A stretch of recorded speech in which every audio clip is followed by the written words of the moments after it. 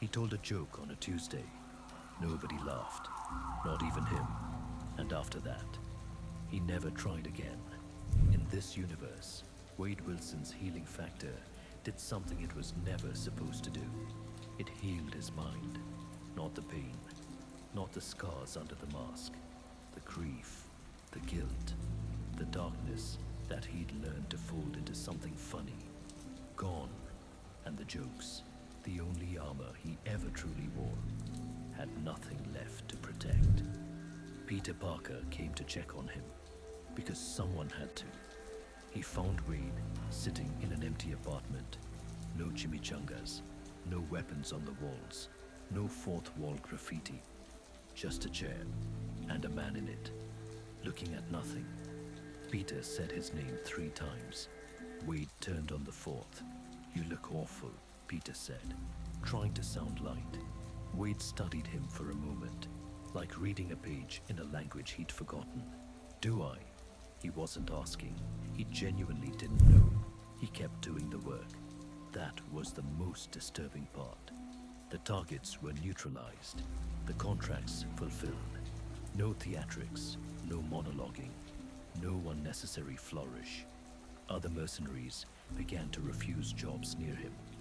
Not because he was dangerous, he'd always been dangerous, but because of how he looked after, standing over the scene like a man who had completed an errand, checking his watch, leaving.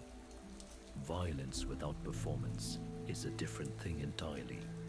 It's just violence. Vanessa found him in the bathroom. He was standing in front of the mirror with his mask off. She'd seen his face 1,000 times. The scars, the texture, the ruin of what cancer had tried to make permanent. She'd kissed every inch of it, but he was looking at it now, like a stranger reading a map of someone else's country. "Wade," she said.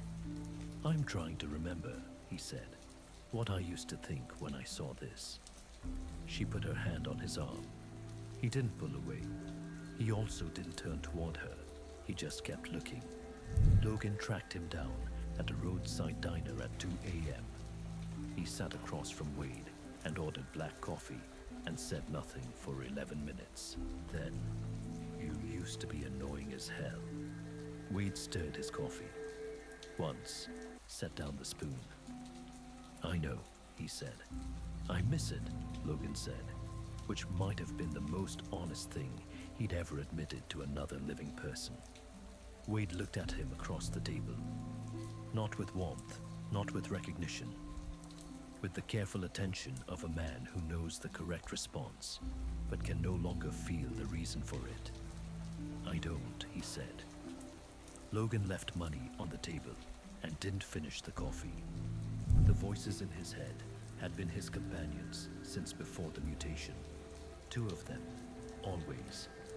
He'd named them, given them character, let them argue.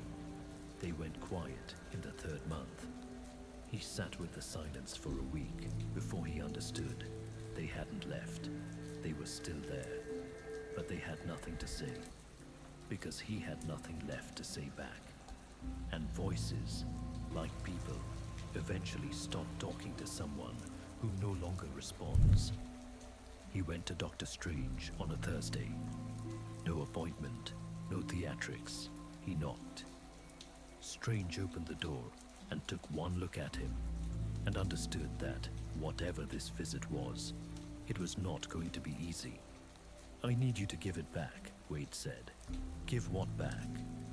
Wade thought for a moment, choosing the word carefully, the way you choose a scalpel. The part of me that knew the difference between surviving and living. Strange was quiet. "Wade, your healing factor, it didn't take something from you. It's protecting you from..." "I know what it's protecting me from," Wade said. "I want to go back to needing the protection." Strange tried. For 6 hours, the sanctum roared with spells that hadn't been cast in 400 years. He opened every archive, called in deaths from 3 different dimensions. At the end of it, he sat across from Wade in the reading room, delivered the one answer he'd never given anyone before. I can't. He paused. The healing factor didn't remove what you lost. It replaced it. There's nothing missing, Wade. There's just something different there now. What? Wade asked. Strange looked at him for a long time. Peace. He went back to the rooftop. Same ledge, same city below. He sat there for a long time in the dark and tried, one more time, to feel something sharp enough to turn into a joke. He found nothing. Not sadness, not anger, not the beautiful, exhausting wreckage of a man who survived too much and learned to laugh about it. Just the city, and the night, and the strange, terrible quiet of a man who has been completely healed. Somewhere in a universe running parallel to this one, Wade Wilson was being obnoxious at someone's expense, and it was the funniest thing anyone had ever heard.